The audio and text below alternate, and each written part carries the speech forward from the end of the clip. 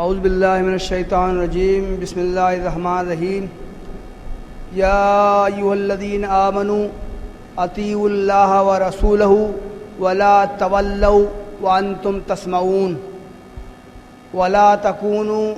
کالذین قالوا سمعنا وہم لا یسمعون۔ اے لوگو جو ایمان لائے ہو، اطاعت کرو اللہ کی اور رسول کی، اور سننے کے بعد نہ پلٹو، اور ان لوگوں کی طرح نہ ہو جاؤ جنہوں نے کہا کہ ہاں ہم نے سنا، حالانکہ حقیقت میں انہوں نے کچھ نہیں سنا تھا۔ محترم بھائیوں، اس میں اہل ایمان کو اللہ اور رسول کی اطاعت کی دعوت دی گئی ہے، اطاعت کا حکم دیا گیا ہے۔ اللہ اور اس کے رسول کی طرف سے جو باتیں آئیں ان کو سننے اور اس پر عمل کرنے کی تاکید کی گئی ہے۔ ساتھ ہی یہ بھی کہا گیا ہے کہ ان لوگوں کی طرح نہ سنو جو تم سے پہلے قومیں گزری ہیں، جو یہود گزرے ہیں، کہ ان کا سننا اور نہ سننا برابر ہوتا تھا۔ یہ سورہ انفال کی دو آیتیں ہیں، آیت نمبر 20 اور آیت نمبر 21۔ اس میں پہلی بات کہی گئی ہے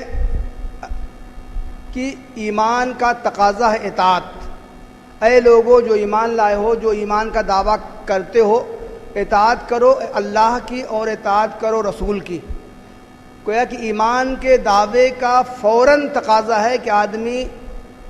جن چیزوں پر ایمان رکھتا ہے، اس کا عقیدہ ہے کہ فلاں فلاں فلاں فلاں باتیں زندگی سے متعلق، چاہے وہ عقائد سے متعلق ہوں، چاہے وہ عبادات سے متعلق ہوں، چاہے وہ معاملات سے متعلق ہوں، چاہے وہ معاشرتی زندگی سے متعلق ہوں، چاہے وہ معاشی زندگی سے متعلق ہوں، چاہے وہ سیاسی زندگی سے متعلق ہوں، جس بات کے بارے میں بھی اسے علم ہو کہ یہ بات اللہ کی فرمائی ہوئی ہے، یہ بات اس کے رسول کی بتائی ہوئی ہے، ایمان کا تقاضا ہے کہ فوراً اس پر عمل کرنے کے لیے آمادہ ہو جائے۔ ایک شخص صرف ایک کان سے سنے، دوسرے کان سے اڑا دے۔ ایک شخص سن لے اور اس پر عمل کے لیے آمادہ نہ ہو تو اس کے ایمان کا کوئی اعتبار نہیں ہے۔ اسی لیے آیت کے اگلے ٹکڑے میں کہا گیا ہے وَلَا تَوَلَّوْا أَنْتُمْ تَسْمَعُونَ، کہ تم اگر ایک بات تم نے سن لی ہے پھر اس پر تم عمل نہیں کر رہے ہو، اس کا مطلب یہ ہے کہ تم نے تو سنی انسنی کر دی۔ بوڑھا باپ اور بوڑھی ماں نے کہا کہ بیٹا ایک گلاس پانی دے دو، بیٹے نے کہا جی ابا جی اماں، اس کے بعد بھی وہ ویڈیو گیم میں لگا رہا، کھیلتا رہا۔ اس کا مطلب ہے کہ الفاظ اس کے کان میں پہنچ گئے، اس کے باوجود بھی وہ عمل کرنے کے لیے بوڑھے باپ کو پانی پلانے کے لیے نہیں دوڑا۔ اس کا مطلب ہے کہ اس کا سننا نہ سننا برابر ہے۔ اسی لیے قرآن کریم میں یہ کہا گیا ہے لَهُمْ قُلُوبٌ لَا يَفْقَهُونَ بِهَا وَلَهُمْ أَعْيُنٌ لَا يُبْصِرُونَ بِهَا وَلَهُمْ آذَانٌ لَا يَسْمَعُونَ بِهَا۔ یہ لوگ تو جہنم کا ایندھن بننے والے ہیں، اس لیے کہ ان کے دل ہیں لیکن وہ اس سے غور فکر نہیں کرتے ہیں، ان کی آنکھیں ہیں وہ دیکھتے نہیں ہیں، ان کے کان ہیں وہ سنتے نہیں ہیں۔ نہیں، وہ انسان تھے، ان کے دل بھی کام کرتے تھے، ان کی آنکھیں بھی کام کرتی تھیں، ان کے کان بھی کام کرتے تھے۔ وہ دلوں سے غور فکر اور شعور کا احساس بھی ان کو ہوتا تھا، آنکھوں سے تو وہ دیکھتے بھی تھے، کانوں سے وہ سنتے بھی تھے، لیکن چونکہ اس پر عمل نہیں، جو کچھ دیکھتے تھے، جو کچھ سنتے تھے، جو کچھ سوچتے تھے، اس پر عمل کے لیے آمادہ نہیں ہوتے تھے۔ اس لیے قرآن کریم نے جو بیان کیا ہے تو کہا کہ نہیں، ان کے نہ کان ہیں، نہ ان کی آنکھیں ہیں، نہ ان کے دل ہیں، اولئک کالانعام بل ھم اضل، یہ تو جانوروں سے بھی گئے گزرے ہیں۔ دوسری آیت میں ایک بہت اہم بات کہی گئی ہے۔ دوسری آیت میں قرآن کہتا ہے وَلَا تَكُونُوا كَالَّذِينَ قَالُوا سَمِعْنَا وَهُمْ لَا يَسْمَعُونَ، اے ایمان لانے والو ان لوگوں کی طرح نہ ہو جاؤ جنہوں نے کہا کہ ہاں ہم نے سنا،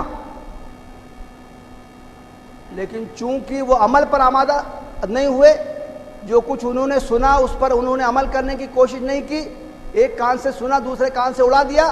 اس لیے قرآن کہتا ہے کہ انہوں نے اگرچہ زبان سے اقرار کیا تھا کہ ہاں ہم نے سنا ہے، لیکن حقیقت میں انہوں نے سنا نہیں ہے۔ اگر انہوں نے واقعی سنا ہوتا تو اس پر فوراً عمل کرنے کی کوشش کرتے، بلکہ قرآن نے اس سے آگے کی بات کہی ہے جو بڑی عجیب غریب ہے، ہمارے سوچنے والی بات ہے۔ قرآن کہتا ہے وَإِذْ رَفَعْنَا فَوْقَكُمُ الطُّورَ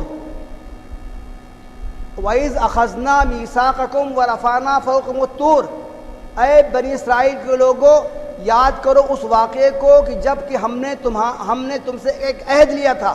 اطاعت کا عہد لیا تھا،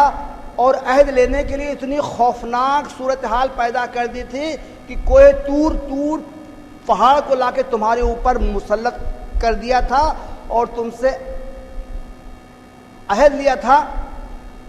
کہ تم جو کچھ اللہ اور رسول کی طرف سے بات آئے گی تم اس کو سنو گے۔